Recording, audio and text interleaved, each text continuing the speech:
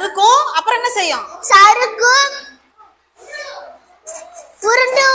ஏன்னா உருண்டையாவும் இருக்குல்ல, உருண்டையா இருந்தா உருண்டும் ஓடும், உருண்டு ஓடும், சறுக்கும் விடும்.